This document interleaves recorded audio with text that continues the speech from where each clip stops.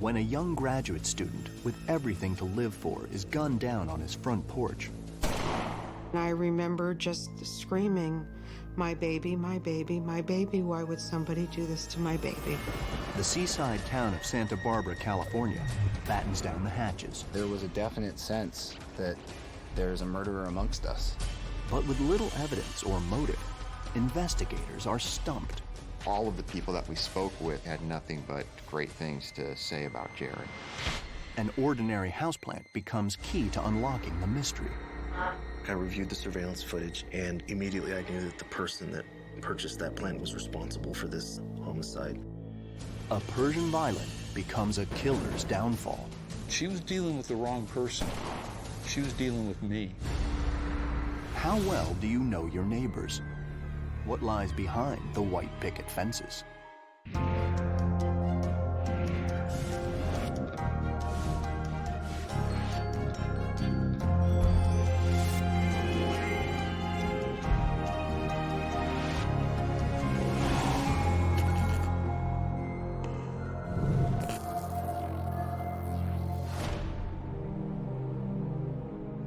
Just a couple hours north of the tangle of freeways that is Los Angeles, California, is the sleepy oceanside town of Santa Barbara. Santa Barbara is this picture-perfect coastal hamlet. It's this little slice of architectural beauty wedged in between the mountains and the Pacific Ocean. Sometimes called the American Riviera, Santa Barbara is a place to soak up some rays, or maybe relax over a latte. The city is home sweet home to nearly 100,000 people.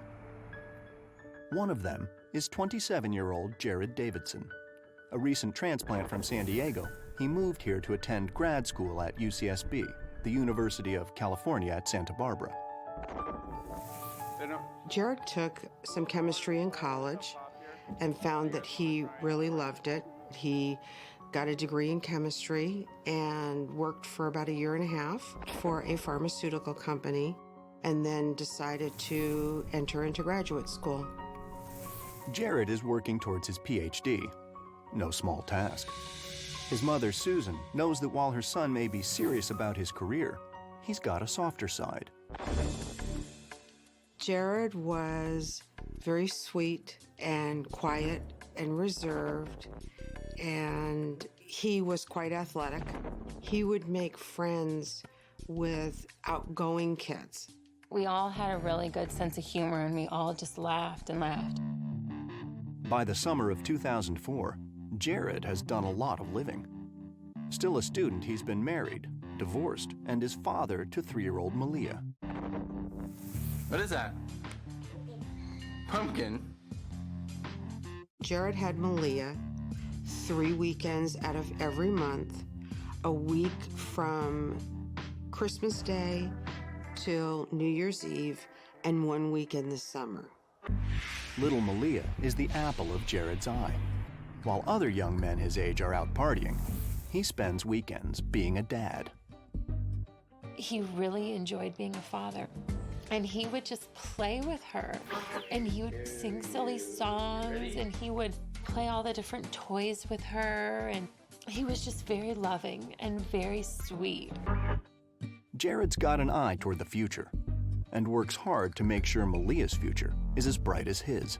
That's why he was going to grad school and getting his PhD, so that he could provide a better life for her. Unfortunately for Jarrod, the future has a way of not always working out as planned.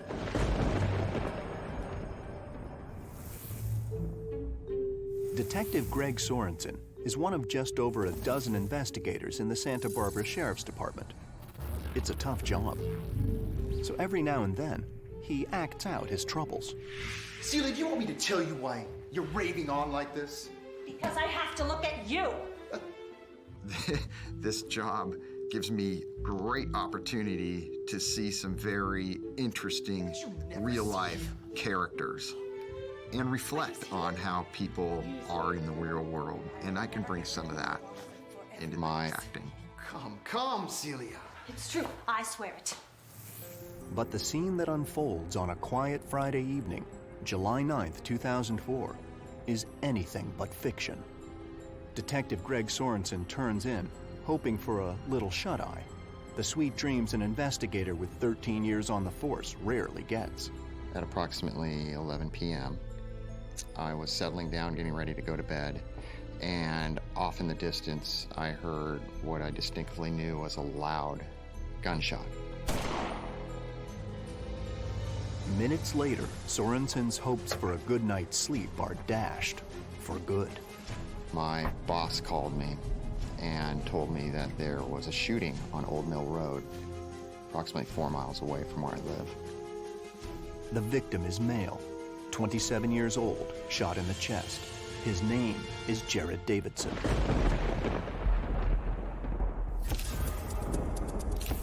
My first impressions were obviously that he was shot at the doorway of his apartment. His body was no longer there. They had transported it to the hospital. But Jarrod won't ever see a doctor. A little after 11:30 p.m., he dies in the ambulance. The Santa Barbara Sheriff's Department now has a homicide on its hands, and that means all hands on deck. There were uniformed deputies doing a canvas search. There were detectives already on scene knocking on doors, getting statements from witnesses and neighbors. Despite 16 years on the force, Senior Deputy Freddie Padilla never gets used to this part. The doorway where Jarrod lived, there was a large blood spatter, and the ground at the entrance, there were some blood droppings there too. It was a pretty gruesome homicide.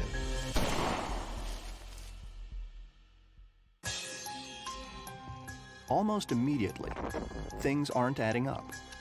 Nothing appeared to be missing. Nothing appeared to be out of the ordinary. It didn't look like his home was ransacked. Everything was in its place as far as we could understand it to be.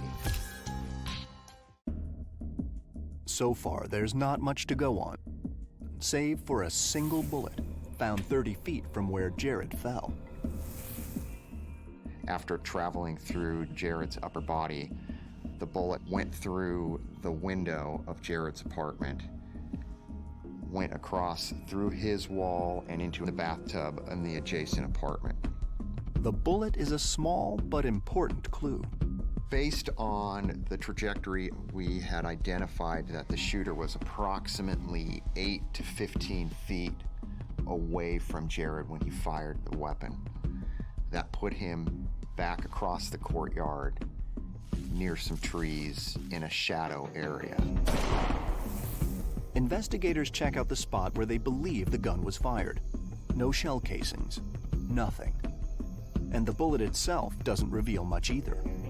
Our ballistics expert took the bullet to see if he could identify what type of weapon had fired it.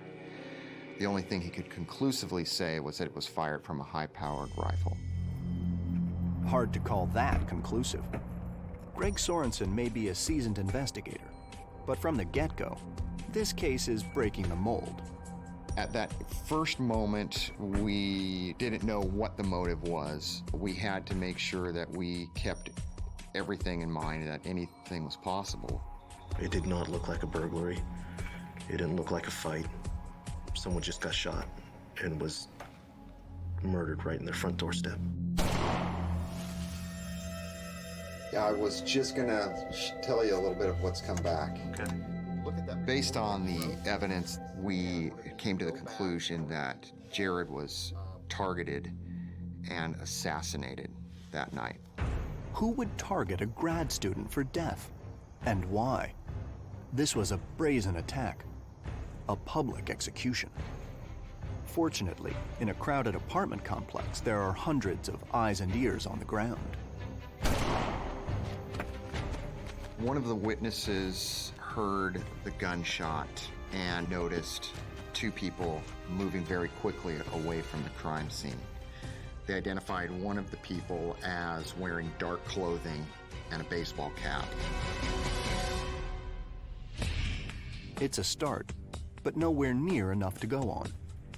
Still, there's one thing investigators find at the scene that seems a little odd. We noticed that at the doorstep was a potted plant. It was out of place. The plant was on his side, and it looked like it almost rolled. right into the planter from the concrete pathway.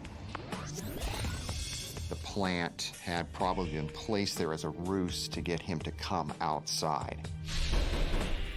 And at that point is when he was executed.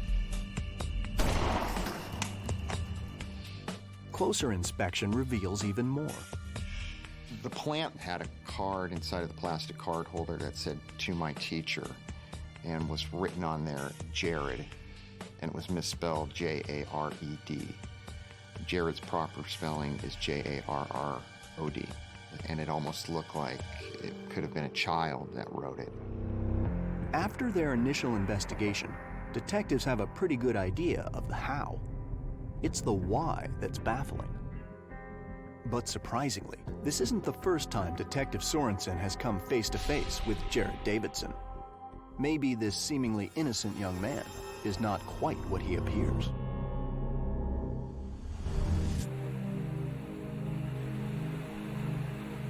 In 2002, journalist Ethan Stewart moved to Santa Barbara from his native Massachusetts to escape the ice and snow and shred a few waves. I had a friend who was a longtime news reporter, and he asked me if I had ever thought about reporting the news. And that was that. Ethan's been pounding the pavement for the Santa Barbara Independent ever since. When Jarrod was murdered, that was the first murder of that year in Santa Barbara County, and it happened in July. So it gives you an idea of how mellow things are around here. On the night their son was gunned down, Jarrod's parents are out of town and out of touch. It takes police almost 36 hours to reach them. I will never forget the words coming out of my husband's mouth saying, "Jarrod's been shot and he's dead."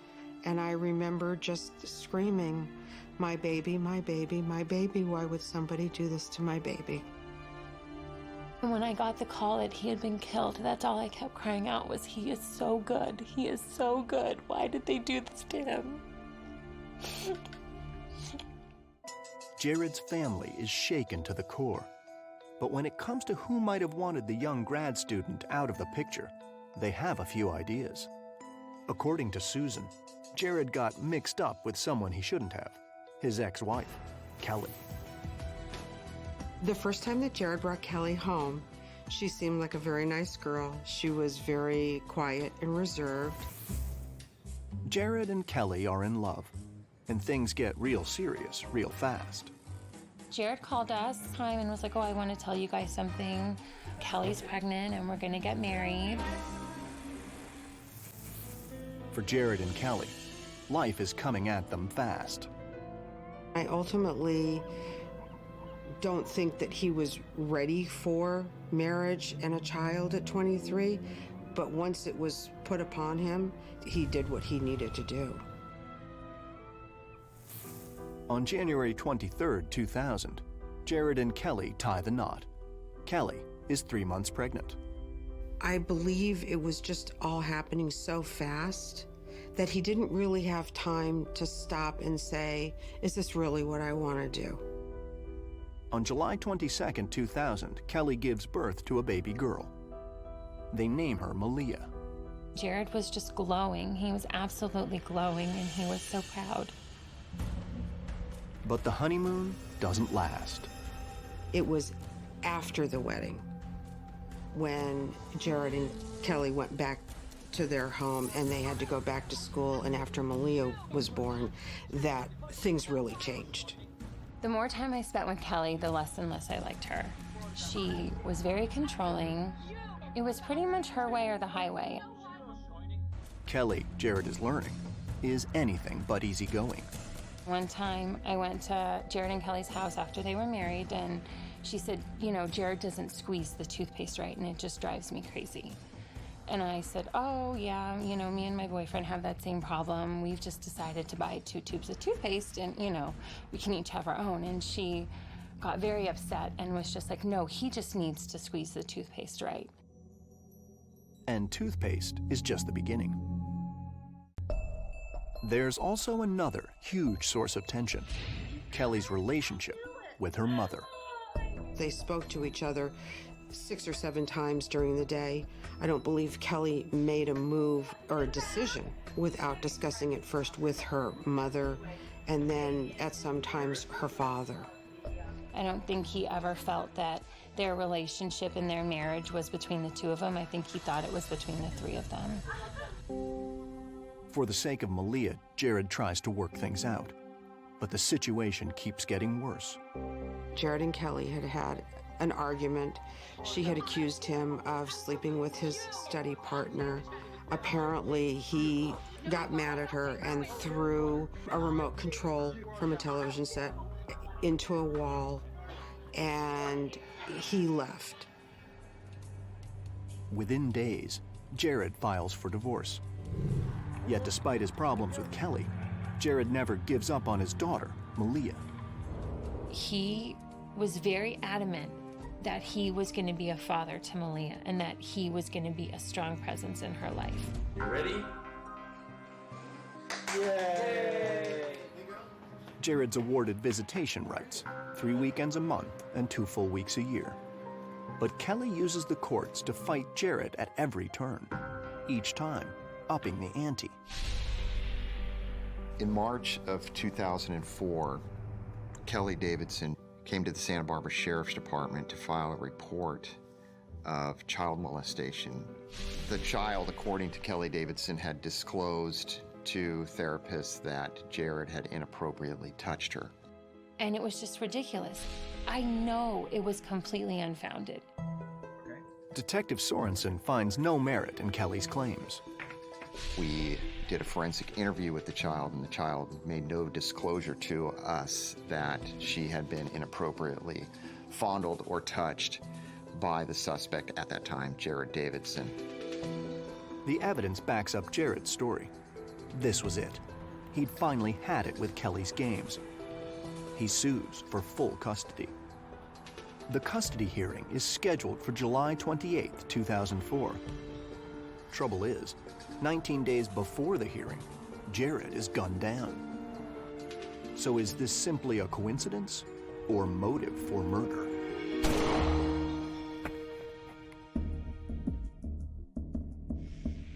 When we brought Kelly Davidson in to interview her regarding Jarrod Davidson's death, we didn't disclose to her that he had been murdered. You know what happened to Jarrod last night, don't you? No, I don't. When we did, she didn't act surprised. She didn't show any emotion. It was only later that we even brought that up to her and told her, why didn't you show any emotion? It was at that point she started to cry. Kelly's reaction immediately raises suspicions, but she has an alibi. Kelly Davidson told us on the night of the homicide that she was with her friend Adam, and they were approximately 90 miles away from the murder scene. Kelly is released for lack of evidence. Still, Sorensen checks out her story. Adam was abrasive. He was a little bit difficult for us to deal with. He had a hard time understanding why we were questioning him so extensively about his possible involvement in this crime. Despite his alibi, Adam Tyndall has a hobby that makes Sorensen think twice before clearing him. He was into firearms, which piqued our interest quite a bit. We conducted search warrants at his residence, seized firearms, and tried to do firearms comparisons with the bullet that we had found at the crime scene. However, none of them could be positively identified as being the gun that had shot Jarrod. In the end, Adam's story checks out. And clearing Adam clears Kelly as well. At that point, we pretty much confirmed that Kelly Davidson was not at the murder scene that evening. But Adam isn't the only new man in Kelly's life. There's another suitor named Dan Henner. Dan was Kelly Davidson's boyfriend at the time. He was a former military guy who had just gotten out of the Navy. Dan was under the impression that Jarrod had been involved in drugs.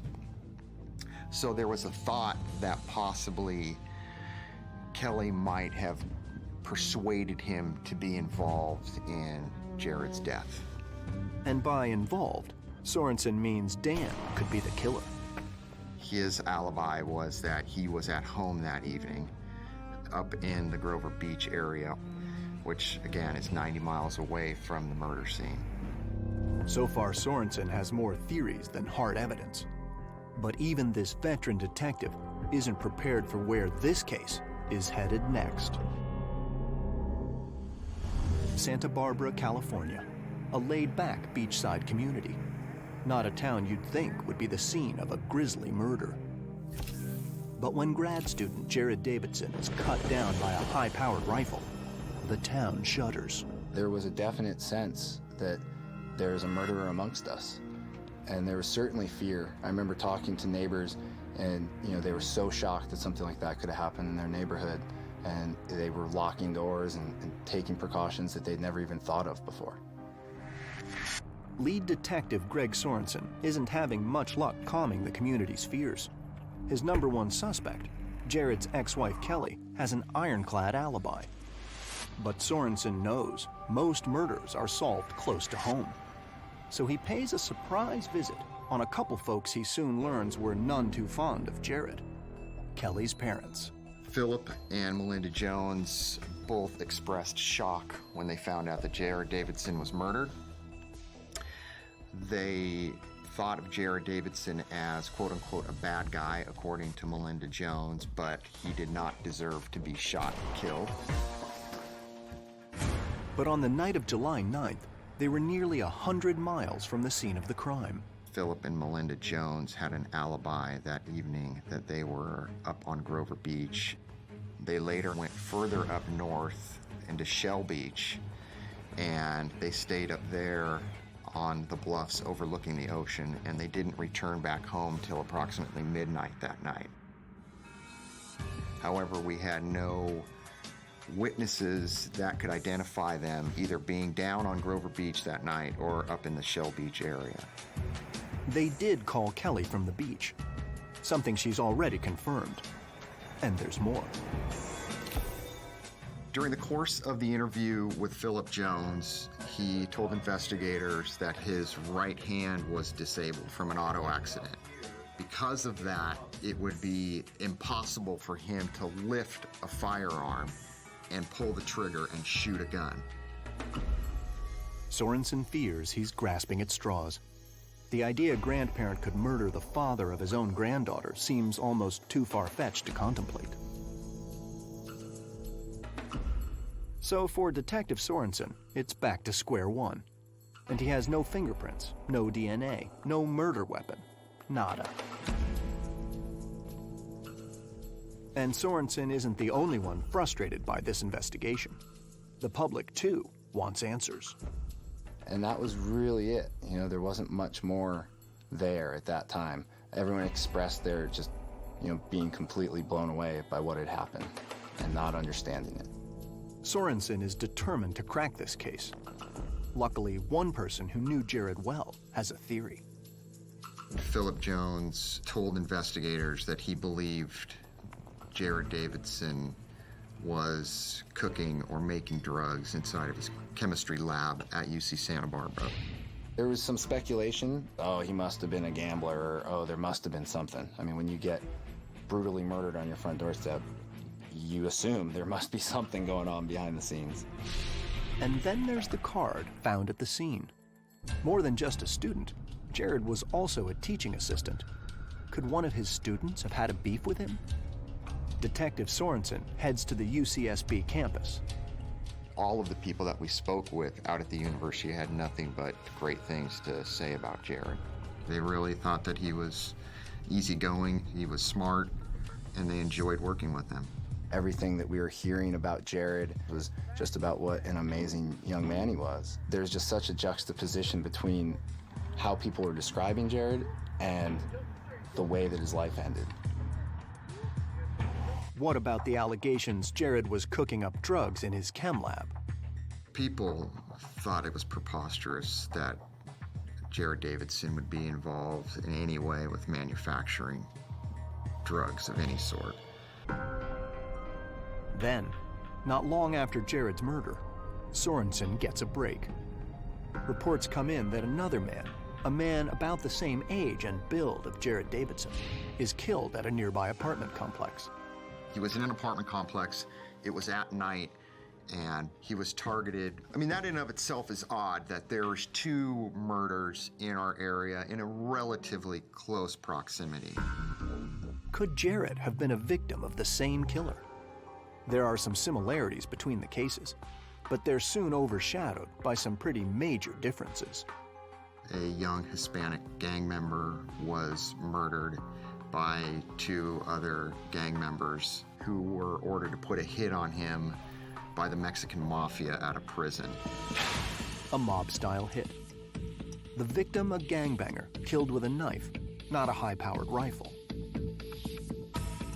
Jarrod was well-liked. He wasn't selling drugs or running the numbers, yet he was marked for death. Sorensen goes back to the beginning, back to a single clue, a piece of evidence yet to be fully examined, the Persian violet found at Jarrod's front door. One of our detectives, Freddie Padilla, remembered seeing that same plant at a Vaughn's grocery store. About 2 weeks prior to the homicide, my wife wanted me to pick up roses. So we stopped at the local grocery store, and they had a large display of Persian violets. Padilla knows solving crime means eyes open 24/7. So on a hunch, he decides to pay a return visit to the Vaughn's grocery. Right when I walked in, it was a large display of Persian violets. And right in the middle, there was one missing. Could a houseplant be a smoking gun? I immediately contacted the store manager and requested a copy of the surveillance video so I could find what time that plant was purchased and possibly find out who purchased that flower. It's a long shot, a real long shot. But at this point, Hail Marys are all investigators have got. I reviewed the surveillance footage, and immediately I knew that the person that purchased that plant was responsible somehow for this homicide. The person was trying to disguise their face, wearing a hat, bulky sweater, knew to keep their head down. Freddie Padilla has struck gold. The person on the video looks a lot like eyewitness descriptions of the perp seen leaving the scene. They identified the person as being dressed in dark clothing, wearing a baseball cap, trying to disguise themselves. It was just a real suspicious person. And what was really interesting was that the person holding the plant was using the sweater to cover up the palms of their hands. It's an odd scene, but what the camera saw was no ordinary purchase. The person paid with cash. The cashier took the money, rang up the purchase, and the person left before receiving their change back. All the time holding onto the plant and trying to keep fingerprints from being on that plant. The video also reveals something else, something significant. The killer makes a mistake. For just a split second, the person grabs the card holder with their bare hands. That means one thing. The card holder might just contain the killer's DNA. And that's not the only thing the videotape reveals. Initially looking at the video, it appeared to be a man, heavyset, but looking at the person exiting the store, you could tell it was a female. It was a big piece of the puzzle. They say it never rains in California, but in the autumn of 2004, sunny Santa Barbara is living under a dark cloud. When Jarrod Davidson was murdered, it was a loss of innocence. He was killed on a beautiful summer night in a quiet part of town with his whole life ahead of him. I mean, that was big time. Residents fear the murder will never be solved. Little do they know, police just got a major break. A few seconds of video, a killer caught on tape, a woman dressed as a man, a woman who looks awfully familiar to Detective Greg Sorensen. She had the same physical stature and stance that Kelly Davidson had. And we knew that based on our previous investigation with her. We knew what she looked like, how she walked, how she stood. Kelly may have a pretty airtight alibi, but there she is on the video. Sorensen also catches the killer making a careless mistake. She walked up and she picked up the plastic card holder and put it into the plant. There was the possibility that there was DNA on there. The card and the card holder were sent to the Department of Justice DNA laboratory for further forensic analysis. And that's not the only new info gleaned from the plant. The card, too, tells a story. When we tracked the To My Teacher card, the only place we found it was at the Five Cities Florist in Arroyo Grande, Grover Beach area. That florist is approximately 2 miles away from Kelly Davidson's home, and out of 30 florists between Santa Barbara and San Luis Obispo County, that was the only place that had that specific card. So the card as well points to Kelly as the culprit. Who else would have purchased it 90 miles from the crime scene? The card holder is Exhibit A, and it lives up to its billing. We just heard Greg excited saying that they got a DNA hit from a sample they took from the card holder. And he gave us the good news and we got to work. With the killer's DNA in hand, Sorensen secures a DNA warrant. He's convinced he's got his man, Kelly Davidson. We still had the problem with her alibi. We still had a problem with her cell phone. But we were pretty confident that it was going to match Kelly. When the results are in, they're a shocker. And they throw a wrench into Sorensen's whole theory. We thought that that DNA was going to match her. And when it didn't, we were a little bit surprised. But the test is not a complete bust. It was a female. It wasn't Kelly, but it was possibly someone in her family. So detectives started looking into Melinda Jones as a possible suspect. They also look at Kelly's sister, Casey. She's about the same height and has a similar build. Casey's alibi was that she and her husband and son were down in San Diego at a Padres game. DNA results back up her story. Casey's not a match. Sorensen pays a visit to Kelly's mother, Melinda, and she's anything but cooperative. We had a search warrant for her DNA, and she was very nervous. She was a little bit distraught, but she complied with the search warrant order for the buccal swab of her DNA. Turns out, Melinda has good reason to be nervous. Her DNA is an exact match to the DNA on the card holder.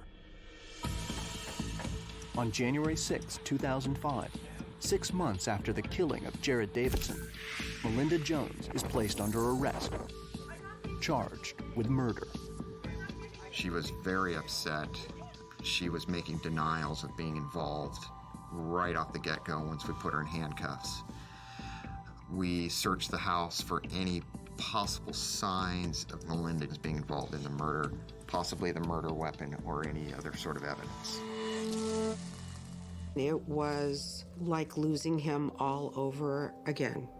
It all comes back. That heartache and that loss, and it's just overwhelming. With an arrest, things move into high gear. The case is assigned to Santa Barbara Deputy District Attorney Daryl Perlin. Case comes across my desk, and the only person who's been arrested is Melinda Jean Jones. I knew she was the ex-mother-in-law of Jarrod Davidson. I knew she was married to Phil Jones. I knew that Phil and Melinda Jean Jones always did everything together. Philip and Melinda's relationship was one that they were together 24 hours a day, 7 days a week. Finally, the pieces are falling into place. There were 2 people seen fleeing the scene, so it was our belief that that other person was indeed Philip Jones. Now, investigators need to make the charges stick. Weren't Phil and Melinda taking a romantic walk on Grover Beach? Didn't Kelly get a call from her mother that night? At 9:06 p.m. on the night of the homicide, Melinda Jones called her daughter Kelly Davidson. Kelly told investigators that she distinctly heard the sound of the surf. We identified a cell phone tower in the Grover Beach area. So if she had made the phone call from the beach, it would have bounced off of that cell phone tower. Cell phone calls leave a distinct trail, a record of every tower that picks up the signal. And those records tell a totally different story. When she made that call, it was reflecting off a tower off of Highway 101 coming south towards Santa Barbara. So she was nowhere near Grover Beach like she said she was. Phil and Melinda claim they were together that night. Maybe that's true. Maybe they were together, committing a murder. But what about Phil's disability, his injured arm? They're out. Well, what he and Melinda don't know is that for weeks now, Sorensen has been keeping a very close eye on them. We conducted surveillance on Philip and Melinda Jones. They went into a grocery store and bought some items. One of the items appeared to be a case of wine. Philip Jones walks with this box, which is quite heavy, probably heavier than a firearm, out to his vehicle. We believe that this person could pick up a firearm, manipulate it, and pull the trigger. Every new discovery seems to punch another hole in Phil and Melinda's story. And then police find something at the Joneses' residence that sure looks awfully incriminating. We found a address book that they had, and we found everybody in the address book that we could and called people and did follow-up interviews with them to see what they could tell us about the Joneses. There was one person that we ended up talking to, and he ended up telling us that one day, prior to the murder, Philip Jones asked him if he could get him an unregistered weapon. A few days after Jarrod was murdered, Philip came back to him and said, "Forget I ever mentioned anything about you getting a gun for me." We knew right then that Philip was directly involved with this murder. Melinda's arrest, it turns out, is just the beginning of the fall of the House of Jones. 19 days later, Phil is taken into custody. There was no one else that disliked my son more than they did. But this investigation is far from over. New evidence is about to come to light that the murder of Jarrod Davidson might just have been a family affair.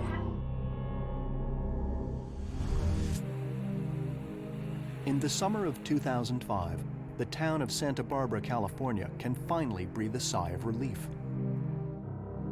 Melinda and Phil Jones are behind bars, charged in the slaying of their son-in-law, Jarrod Davidson. That was the first thing that came out of my mouth. My mom said, "Jarrod's been shot," and I said they killed him. I can't believe they killed him. And I instantly knew. Out to prove they're guilty is Darryl Perlin, the deputy district attorney for Santa Barbara County. But a few locals know him by another title, the King. My passion is Elvis. When I did something, I would do it like I thought Elvis would want it done. But the one thing that I was more passionate about than even Elvis was seeing to it that justice was served. But before Melinda and Phil start singing Jailhouse Rock, Darryl Perlin has to make his case. When we went to the grand jury, our whole purpose was to get an indictment of Melinda Jean Jones and Phil Jones. Jarrod's ex-wife Kelly takes the stand to testify, to back up her parents' story. Her plan quickly backfires. Kelly Davidson, when she went to the grand jury, said as she talked to her mother on the phone, she heard waves breaking in the background, indicating to her that her mother was on the beach, like she said she was. Well, grand jurors already knew from the cell phone records that her parents were on their way to Santa Barbara. They weren't at the beach. To say the least, Kelly's testimony doesn't exactly have the intended effect. Every time she opens her mouth, evidence against her seems to be mounting. It was to the point where you said to yourself, this woman's involved in the murder.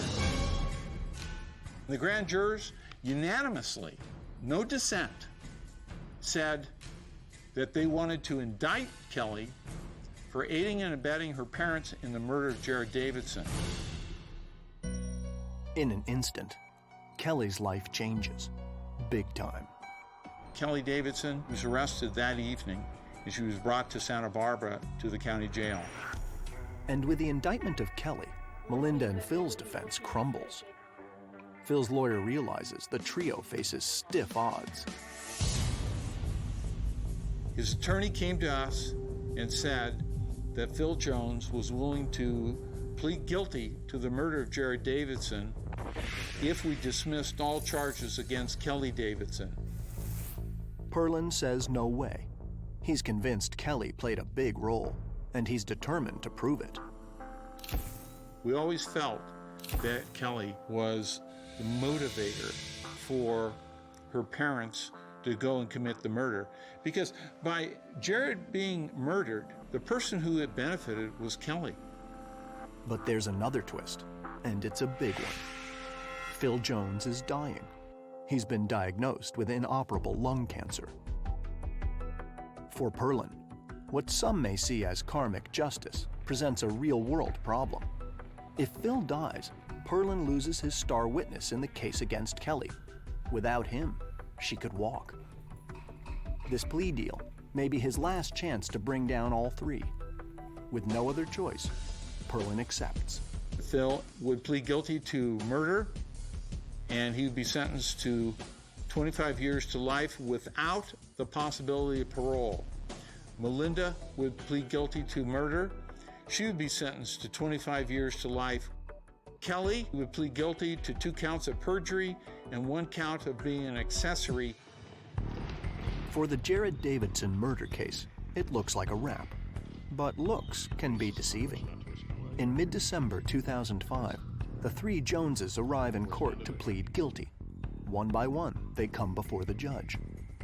Kelly and Phil follow the script. Melinda follows her own plan. You have to say in your words that you're accepting the terms of the deal. Melinda said, "Oh no, I don't think I want to do that." And it was absolutely unexpected. Even her own attorney seemed shocked. A sentence of 25 years to life is no picnic. Still, the plea deal offers Melinda a chance to one day be free.